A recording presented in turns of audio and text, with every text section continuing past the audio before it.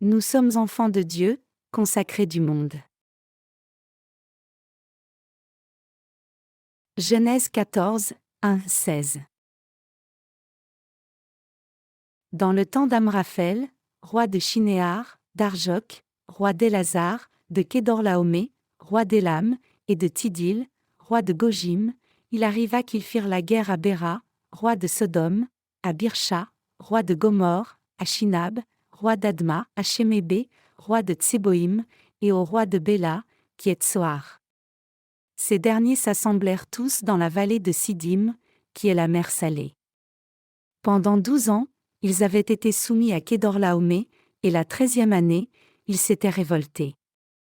Mais, la 14e année, Kédorlaomé et les rois qui étaient avec lui se mirent en marche, et ils bâtirent les Rephaïm à Ashteroth-Karnaïm, les Usim à Ham, les Émim à Shavekir-Jataïm, et les Horiens dans leurs montagnes de Séhir, jusqu'aux chênes de Paran, qui est près du désert.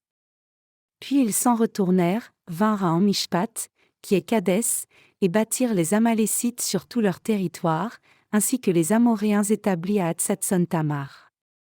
Alors s'avancèrent le roi de Sodome, le roi de Gomorre, le roi d'Adma, le roi de Tseboïm, et le roi de Béla, qui est Tsoar, et ils se rangèrent en bataille contre eux, dans la vallée de Sidim, contre Kédorlaomé, roi d'Élam, Tidil, roi de Gojim, Amraphel, roi de Shinéar, et Arjok, roi d'Élazar, 4 rois contre 5. La vallée de Sidim était couverte de puits de bitume, le roi de Sodome et celui de Gomorre prirent la fuite, et y tombèrent, le reste s'enfuit vers la montagne. Les vainqueurs enlevèrent toutes les richesses de Sodome et de Gomorre, et toutes leurs provisions, et ils s'en allèrent. Ils enlevèrent aussi, avec ses biens, Lot, fils du frère d'Abram, qui demeurait à Sodome, et ils s'en allèrent. Un fuyard vint l'annoncer à Abram, l'Hébreu, celui-ci habitait parmi les chênes de Mamré, l'Amoréen, frère d'Eshcol et frère d'Aner, qui avait fait alliance avec Abram. Dès qu'Abram eut appris que son frère avait été fait prisonnier, il arma 318 de ses plus braves serviteurs, nés dans sa maison, et il poursuivit les rois jusqu'à Dan. Il divisa sa troupe, pour les attaquer de nuit, lui et ses serviteurs, il les battit, et les poursuivit jusqu'à Shoba, qui est à la gauche de Damas. Il ramena toutes les richesses, il ramena aussi Lot, son frère, avec ses biens, ainsi que les femmes et le peuple. Des vacances coréennes arrivent. Pendant ces vacances, nos ministres et ouvriers ont aussi le projet de s'assembler au centre de formation de disciples d'Inge pour une pause très nécessaire. Nous avons été toujours occupés à servir le Seigneur, donc nous devrions profiter de ces vacances pour prendre un peu de repos nécessaire. À ces occasions où les familles s'assemblent pour adorer leurs ancêtres et faire des rites familiaux, les fêtes traditionnelles en Corée sont célébrées par les païens, mais pour les chrétiens nés de nouveau, ces fêtes ne signifient rien de plus que quelques jours de repos. Spirituellement parlant, il ne faut pas les célébrer. Ces fêtes païennes sont pour les gens du monde, mais pour les justes, elles n'ont pas de signification autre que des jours de repos. Cependant, lorsque des vacances arrivent, même nous les justes sommes prompts à penser selon la signification mondaine. Par conséquent, nous voyons nos limites et besoins charnels. Quand les gens du monde s'assemblent pendant ces fêtes, ils essaient de se montrer. Et nous les justes avons alors aussi de l'orgueil charnel comme eux pendant ces fêtes, même si nous n'avions pas de tels désirs auparavant. Nous pouvons aussi penser qu'il nous manque le nécessaire. Notre cœur peut être troublé ainsi le jour du Nouvel An ou même à la fête des moissons.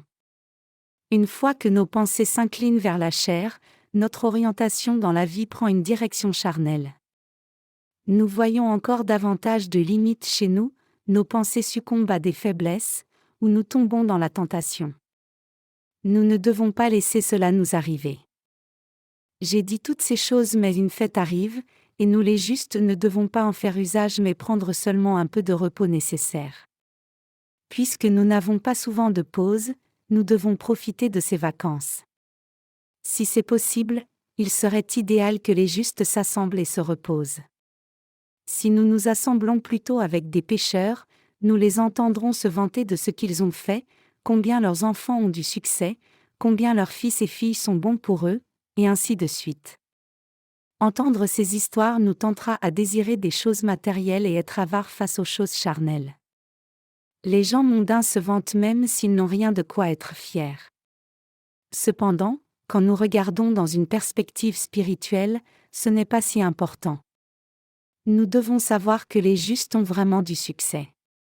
De plus, même quand on regarde d'un point de vue charnel, les justes ne sont pas pires que les gens du monde. C'est seulement parce qu'il y a beaucoup plus de gens charnels que les justes se sentent marginalisés. Mais les gens de foi sont confiants même parmi les gens du monde. Il est bon que les gens de Dieu s'assemblent, se consultent entre eux, et se réjouissent ensemble. C'est bon si nous pouvons nous assembler aussi souvent que possible, et c'est encore mieux si nous pouvons partager nos histoires ensemble. Peu importe comment les gens du monde vous tentent par leurs belles paroles, j'espère que vous défendrez votre cœur et aurez de bonnes vacances. Comme les oiseaux aux mêmes plumes s'assemblent, les pécheurs s'assemblent avec les pécheurs et les justes s'assemblent avec les autres justes. Les gens du monde sont si imbus d'eux-mêmes alors qu'ils ne peuvent même pas s'occuper d'eux-mêmes. Ces personnages sont repoussants pour moi, et je ne vais pas dans les rassemblements de mes proches pendant les fêtes, et je souhaite que tous ceux qui voyagent pendant ces vacances parmi nous aient un voyage sûr et agréable. Se reposer, c'est aussi faire l'œuvre du Seigneur, donc j'espère que vous vous reposerez bien. Je ne pense pas que le sermon d'aujourd'hui ira très bien puisque vous pensez tous à rejoindre vos familles pour les vacances, donc je vais faire court. Il est écrit dans les Écritures d'aujourd'hui, dès qu'Abraham eut appris que son frère avait été fait prisonnier, il arma 318 de ses plus braves serviteurs, nés dans sa maison, et il poursuivit les rois jusqu'à Dan. Il divisa sa troupe, pour les attaquer de nuit, lui et ses serviteurs, il les battit, et les poursuivit jusqu'à Shoba, qui est à la gauche de Damas. Il ramena toutes les richesses, il ramena aussi Lot, son frère, avec ses biens, ainsi que les femmes et le peuple. Lot, le neveu d'Abraham, vivait dans le pays de Sodome et Gomorrhe, et la guerre éclata en cette époque tribale. Il y avait beaucoup de rois à l'époque. Comme la Bible dit, dans le temps d'Amraphel, roi de Shinéar, d'Arjok, roi d'Élazar, de Kédorlaomé, roi d'Élam, et de Tidil, roi de Gojim, il arriva qu'ils firent la guerre à Béra, roi de Sodome, à Birsha, roi de Gomorrhe, à Shinab, roi d'Adma, à Shemébé, roi de Tseboïm, et au roi de Béla, qui est Tsoar. Quel fut le résultat de cette guerre? Le roi de Sodome où Lot vivait a été vaincu. Donc l'armée triomphante a pris Lot et tout pillé, y compris toutes ses possessions. En entendant cela, Abraham prit 318 de ses hommes armés et entraînés et poursuivit les envahisseurs jusqu'à Dan.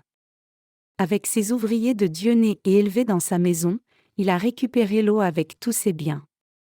Donc l'armée d'Abraham était l'armée la plus forte, puisqu'elle a pu vaincre tous ses rois ensemble et récupérer leur butin.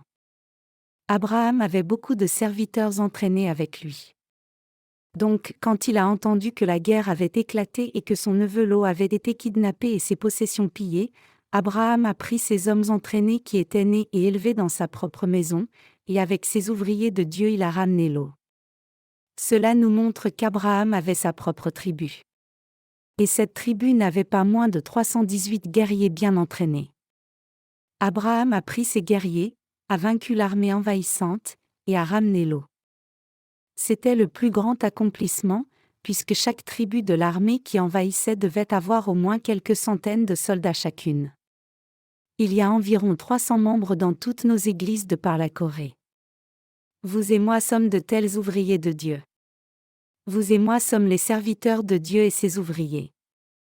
Vous et moi ne sommes pas de ceux qui sont partis s'attacher eux-mêmes à ce monde, ayant été formés selon ses standards, mais plutôt nous sommes ceux qui avons été élevés et formés dans la maison de Dieu et son royaume, et qui sommes devenus ses ouvriers et ses serviteurs. En bref, nous ne sommes pas de ceux qui appartiennent à ce monde. Si Abraham avait fait face à ses troupes ennemies, il les aurait démolies et tuées toutes. Abraham avait non seulement la foi, mais il avait aussi des hommes entraînés dans sa maison. Abraham était un homme très organisé. La Bible dit que grâce à ces 318 hommes, Abraham a pu secourir son neveu Lot et prendre encore davantage de biens en possession que Lot n'en avait perdu. Nous sommes les ouvriers de Dieu élevés et formés dans la maison de Dieu. Je crois du fond de mon cœur que non seulement moi, mais vous aussi êtes ouvriers de Dieu élevés et formés dans sa maison. En tant qu'ouvriers de Dieu, je suis certain que ni vous ni moi n'allons ternir la gloire en Dieu en étant vaincus par les courants de ce monde. Vous et moi devons réaliser et croire que nous sommes ouvriers de Dieu, élevés et formés dans sa maison. En d'autres termes, vous devez réaliser qui vous êtes. Alors que nous menons nos vies dans ce monde, nous devons tous réaliser quel genre de personnes nous sommes, à qui nous appartenons, et ce que nous sommes censés faire. Si nous vivons dans ce monde sans réaliser ces choses, nous serons vaincus par ce monde. Pour que vous alliez dans ce monde pécheur et meniez vos batailles, vous devez réaliser ce que je dis ici sans faute. C'est alors seulement que vous pourrez vaincre les courants de ce monde. Mon effort pour prêcher l'Évangile en Corée a été limité, et j'ai plutôt consacré mon attention et mon temps à diffuser l'Évangile à l'étranger parce que beaucoup de dirigeants chrétiens en Corée sont trop bornés pour écouter la parole. Je dis cela parce que c'est quelque chose que vous devez considérer pendant ces vacances. Quand vous rencontrez les membres de vos familles et vos relations, si ce que vous entendez a du sens, vous pouvez être d'accord avec eux. Mais une question importante demeure: à qui appartenez-vous? Puisque vous appartenez au royaume de Dieu, vous ne pouvez vous permettre d'être vaincu par ce que disent vos proches. Vous rencontrez vos proches pendant les vacances pour vous rassembler avec eux et leur rendre témoignage de l'Évangile.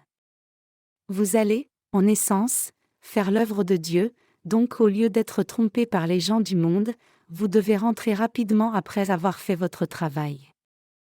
Tout comme Dieu a demandé à Jonas qui il était, nous devons savoir qui nous sommes. Nous sommes ouvriers de Dieu. Nous ne sommes pas ceux qui se réjouissent selon les courants de ce monde, pour sourire aux gens mondains et recevoir ce qu'ils nous donnent sans faire attention. Quand vous rencontrez vos proches qui ne sont pas encore nés de nouveau, vous devriez par tous les moyens bien les traiter au lieu de provoquer de mauvais sentiments. Mais c'est purement en vue de prêcher l'Évangile, il n'y a pas d'autre raison. Après tout, y a-t-il quelque chose de commun que vous puissiez partager avec quelqu'un qui n'est pas né de nouveau? Je ne parle pas seulement de choses charnelles ici. Plutôt, mon sujet c'est que les gens charnels ne font rien qui soit juste. Comme les serviteurs d'Abraham, vous et moi sommes aussi serviteurs de Dieu, élevés et entraînés dans la maison de Dieu. Vous devez vivre par la foi en réalisant cela.